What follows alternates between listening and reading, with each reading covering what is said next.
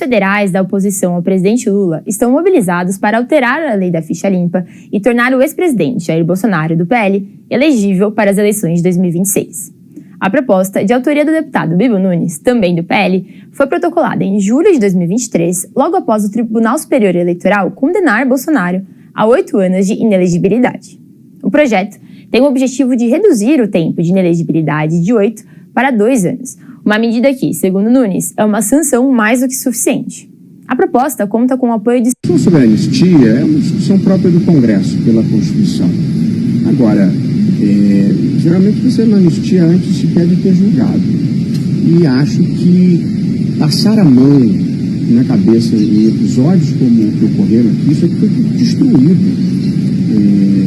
Pessoas que se articularam. Quase que o discurso de que algumas pessoas inocentes e ingênuas estiveram aqui não é um discurso verdadeiro. Portanto, é preciso responsabilizar, porque, do contrário, nas próximas eleições, quem perder vai achar que pode fazer a mesma coisa e a gente naturaliza o absurdo.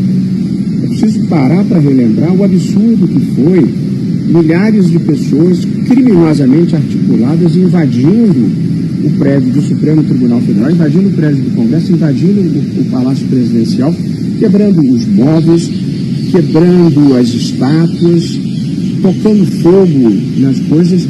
A normalização disso é um absurdo total. Portanto, a anistia, antes mesmo da condenação, parte do pressuposto que não aconteceu nada grave nem relevante. Acho que é uma equipe. Presidente, nessa mesma linha, não é hora de... Sim, Rui Barbosa teria dito que o Supremo Tribunal Federal, STF, tem o direito de errar por último. A frase foi dita em um debate com o senador Pinheiro Machado, que se opunha a uma decisão do STF. Contexto: 1. O episódio teria ocorrido em uma sessão do Senado, em que o senador Pinheiro Machado vociferava contra uma decisão do STF. 2. A frase de Rui Barbosa é uma crítica ao ato do governo que prorrogou o estado de sítio em todo o território nacional. E 3. A decisão foi emblemática para a vocação do STF como defensor dos direitos fundamentais. Significação: 1. A frase de Rui Barbosa significa que o STF é tão importante que pode se dar ao luxo de errar por último. Bom dia, senhoras e senhores. Hoje é 6 de fevereiro de 2025. São 8 horas da manhã. O Supremo Tribunal Federal não deu tempo nem de afronta bolsonarista fantasiada de anistia sequer começar a andar. Matou no nascedouro.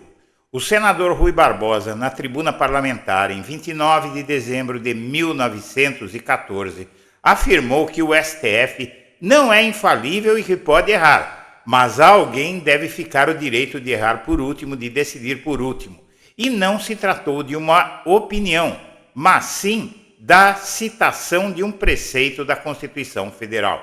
Essa não é a principal razão para o Supremo ter esmagado as propostas de anistia a Bolsonaro e aos golpistas do 8 de janeiro, mas é razão imbatível para afirmar que essa patranha não tem a menor chance de prosperar. Antes de prosseguir, peço a você que acompanha o blog da Cidadania que se inscreva no canal, deixe seu like e compartilhe este vídeo. Além disso, peço que lembre-se que ao longo de seus 7 anos de existência, o blog da Cidadania é o único canal que não pedia doações como os outros, porque sua subsistência se baseia na publicidade do Google. Porém, precisávamos tomar providências para fazer o canal crescer e, para isso, faz-se necessário adquirir equipamentos mais modernos de vídeo, áudio e som e, com o tempo, alguém para fazer a edição com a contratação desse especialista a fim de que o editor do canal possa se dedicar exclusivamente à produção de conteúdo. Porém, não temos recursos para isso e, portanto, pedimos a você que considere fazer uma doação. Se for de sua vontade, segue abaixo o Pix do blog da Cidadania. Peço desculpas por tomar seu tempo, agradeço a todos aqueles que já contribuíram, mas o pedido é para fazer um canal melhor para você. E vamos em frente. Nicolas Ferreira diz que a esquerda cansou de fazer baderna no Congresso e não aconteceu nada.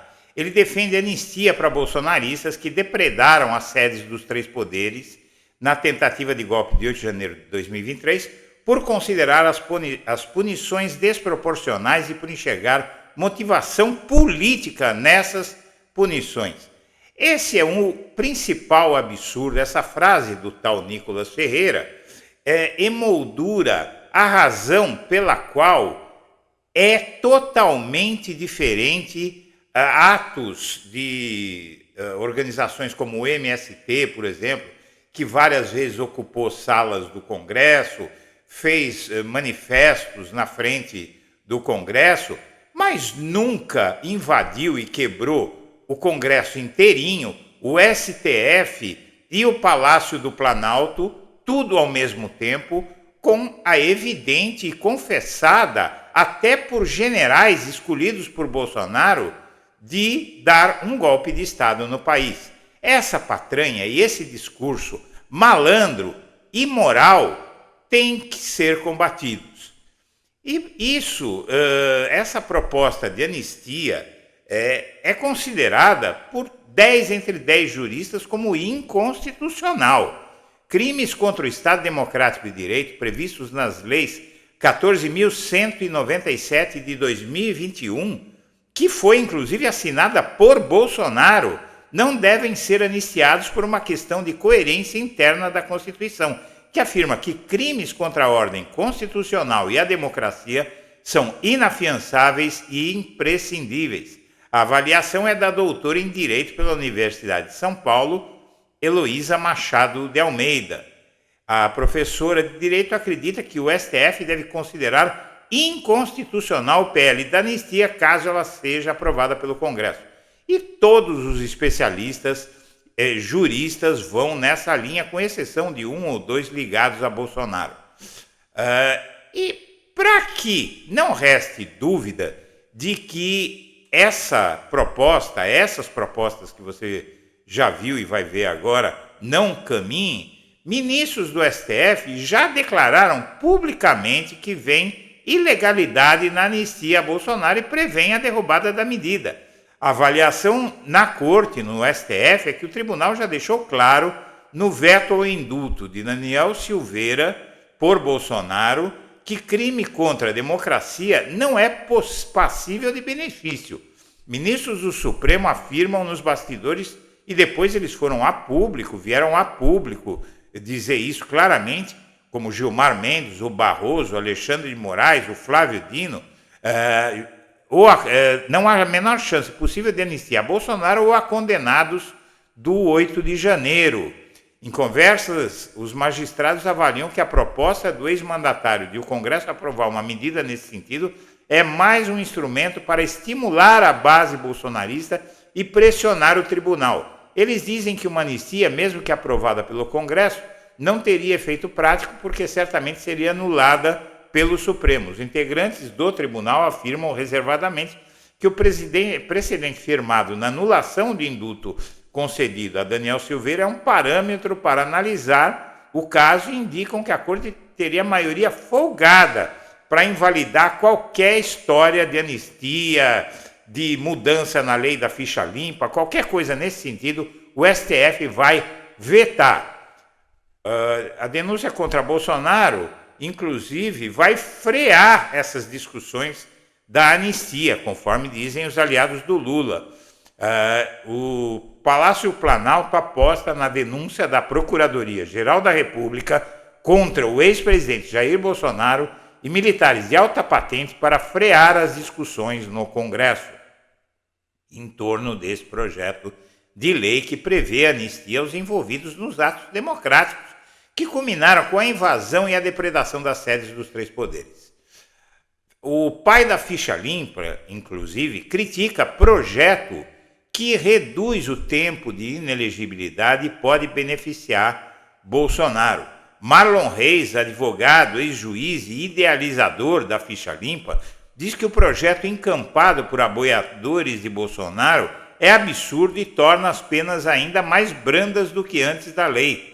O advogado e ex-juiz Marlon Reis, um dos idealizadores da lei da ficha limpa e conhecido como pai da norma, criticou o projeto de lei complementar que pretende reduzir o tempo de inelegibilidade previsto na lei para 2 anos. Em entrevista, ele afirmou que a alteração do tempo de inelegibilidade é absurda por tornar a pena ainda mais branda do que aquela que vigorava antes da lei da ficha limpa aprovada em 2010. A proposta de autoria do deputado federal Bibo Nunes, do PL do Rio Grande do Sul, é encampada pela oposição a Lula na Câmara e tem como objetivo tornar Bolsonaro elegível em 2026. O Bolsonaro já foi considerado 2 vezes inelegível pelo TSE e não há possibilidade de o TSE reverter isso. Só quem poderia tornar o Bolsonaro elegível e também anistiar os presos do 8 de janeiro seria o STF. Bom, o fato é que já continua uma movimentação intensa para aprovar isso como forma de pressão ao Supremo, porque eles sabem que será vetado, mas eles querem pintar o caso, o bolsonarismo, quando eu digo eles, eu refiro-me ao bolsonarismo, dizem que querem essa anistia, sabem que não passa, mas querem pressionar o STF para, em algum lugar no futuro, justificarem alguma ação de força que vai ser combatida, e o STF já mostrou isso com Polícia Federal e com um comando das Forças Armadas que não aceita esse tipo de solução. Para se assumir a Comissão de Direitos Humanos do Senado, a Damares Alves vai ter como prioridade defender os presos do 8 de janeiro. E ela pode falar o que ela quiser, mas não vai mudar nada. O Nicolas Ferreira defende a anistia e critica apenas do 8 de janeiro, de novo, para tentar pressionar o STF.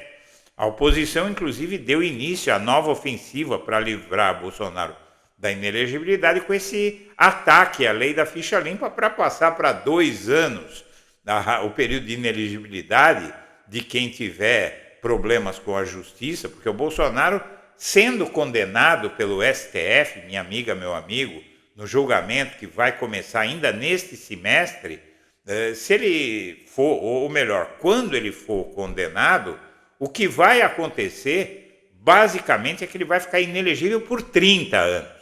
E eles querem mudar a lei para baixar a inelegibilidade para 2 anos, que na verdade não é inelegibilidade nenhuma, porque 2 anos é tempo suficiente para chegar à próxima eleição viável no país, porque o Brasil tem eleições a cada 2 anos. É uma vergonha, é uma afronta, é um tapa na cara da sociedade brasileira. O PL da anistia, porém, continua sendo insuflado. O Sóstenes Cavalcante, aquele que queria criminalizar mulheres que fossem estupradas, ele diz que vai articular todo dia até ser votado. Pode articular de dia, de noite, de madrugada, de fim de semana, de feriado, não vai adiantar nada, porque não vai passar. E também, como mostra os aliados do Lula, como mostram os aliados do Lula, minha amiga, meu amigo, é o seguinte: a expectativa é que a denúncia da PGR, do Procurador-Geral da República, vá parar essas conversas. Na avaliação dos governistas, uma denúncia robusta contra Bolsonaro, confirmando o entendimento da Polícia Federal, vai aumentar o custo político e a pressão da opinião pública para o Congresso parar com essa história de anistia. Por quê? Minha amiga, meu amigo, porque vai sair muito podre do bolsonarismo. O Bolsonaro articula essa mudança na lei da ficha limpa e fica dando entrevistas sem parar só para criar um discurso de vitimização e predispor a base bolsonarista para que as pessoas estejam dispostas a ir à rua quando ele for preso. O que o Bolsonaro quer com isso é basicamente, não precisa inventar muito, tá? Minha amiga, meu amigo, não precisa inventar muito. O que o Bolsonaro está querendo é o seguinte: ele sabe que deve ser preso perto do Natal ou pouco depois do Ano Novo, em 2026. O julgamento dele deve ter a conclusão no segundo semestre deste ano, com sua condenação e aí haverá embargos infringentes, declaratórios, que são direito do réu para esclarecer pontos obscuros do processo, e depois vai sair o acórdão, vai sair a decisão final do STF. Com isso, o Alexandre de Moraes vai poder pedir a prisão imediata do Bolsonaro. Vai poder não, ele vai ter que pedir, porque é o que manda a lei. Então, aí os bolsonaristas acham que vão conseguir colocar multidões nas ruas para bradar contra isso, o que também não adiantaria nada. Porém, nem isso vai acontecer, porque o Bolsonaro e os seus asseclas, e o PL, e toda essa extrema-direita, vão ser destruídos ao longo desse julgamento, com as provas cabais do que eles fizeram para o Brasil e para o mundo. Senhoras e senhores, eu agradeço a atenção e deixo o meu abraço para todo mundo.